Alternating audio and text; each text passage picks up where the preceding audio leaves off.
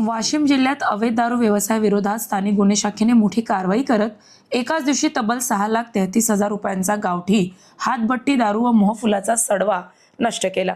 Police निरीक्षक प्रदीप परदेशी यांना मिळालेल्या गोपनीय माहितीनुसार अनसिंग पोलीस ठाण्याच्या हद्दीतील मोहगव्हाण धरण परिसरात छापा टाकण्यात आला। पोलिसांची चाहूल लागताच आरोपी घटनास्थळावरून फरार झाले। तेथून 5,400 लिटर मोहफुलाचा सडवा व 30 लिटर गावठी दारू असा 5,74,500 रुपयांचा मुद्देमाल जप्त करून नष्ट करण्यात आला।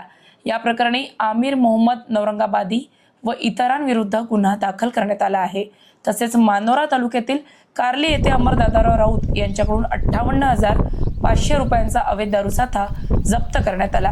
ही कारवाई पोलीस अधीक्षक निकेश खाटमोडे पाटील यांच्या मार्गदर्शनाखाली करण्यात आली।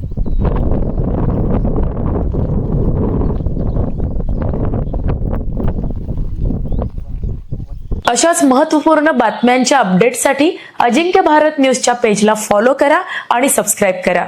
Thank you for watching.